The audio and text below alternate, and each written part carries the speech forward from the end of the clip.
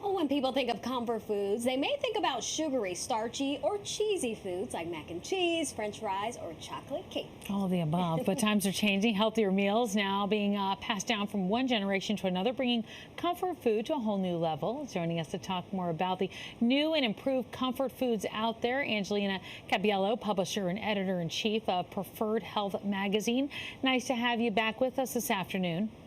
Thank you for having me. So I have to ask, what is it about comfort foods that just seem to hit the spot when you're stressed out or you're just not feeling so great?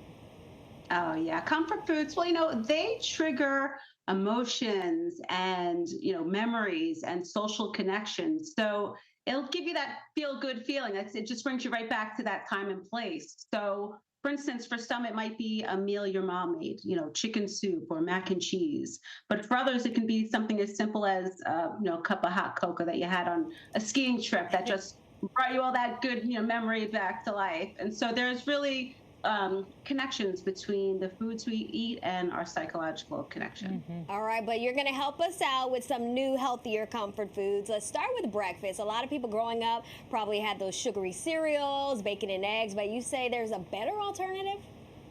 Guilty as charged. We all had bacon and eggs growing up, but we're seeing better choices being requested by our Generation Alphas. So those are the ones born between 2013 and 2025.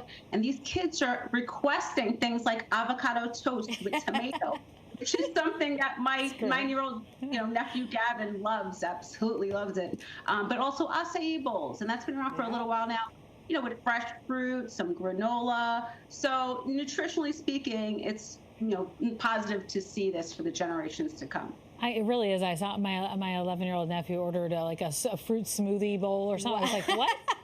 Fantastic. What? You don't want cereal? You want Apple Jacks? Right.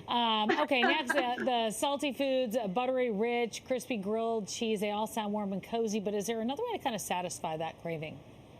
Absolutely. Our bodies actually crave carbohydrates, right? But instead of making that grilled cheese, I think a better alternative to that would be hummus and pita bread. And this is one of my favorites to go to, okay? Hummus, it's healthier. It's made with, olive oil, chickpeas. Maybe we'll throw some fresh garlic in there. We can heat up the pita bread and cut that up, and that's lower sodium, less fat than white bread.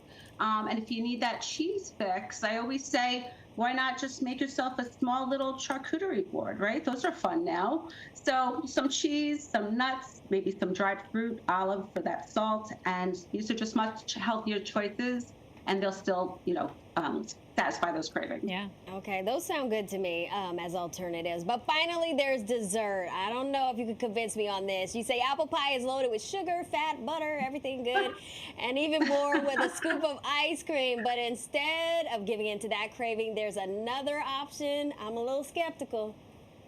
Okay, well, I'm not going to completely take it away from you, okay? But let's say we just save our apple pie for Thanksgiving, and then the rest of the year we bake our apples. And we'll bake them in spices that give us that apple pie homey feeling. So that'll be like vanilla, nutmeg, cinnamon. Toss them around, bake your apples, maybe a pinch of salt to bring out all those flavors. And that way we get to enjoy the apple pie taste without all that fat and sugar. So I can't drizzle a little caramel on it? How do we replace the crust for the rest of the year?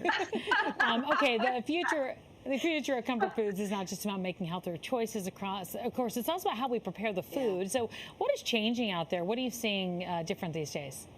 So, it's so nice to see, too. The technology in food preparation has evolved. So instead of, deep frying everything, chicken, French fries, we're seeing more people use those air fryers and that require no oil. And still, you're going to get something very crispy. So it's a great, alternative to that. But if you have to use oils, there's so many choices nowadays.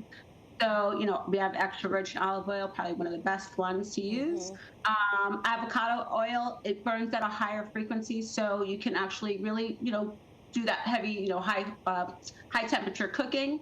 But we also say if you have to use butter, or if you want to use butter, a good alternative would be to use butterfat, pure butterfat, which is called ghee, which is GHE, and it's free of sugar, okay, and it's available at most food shopping centers. So you'll be able to find it.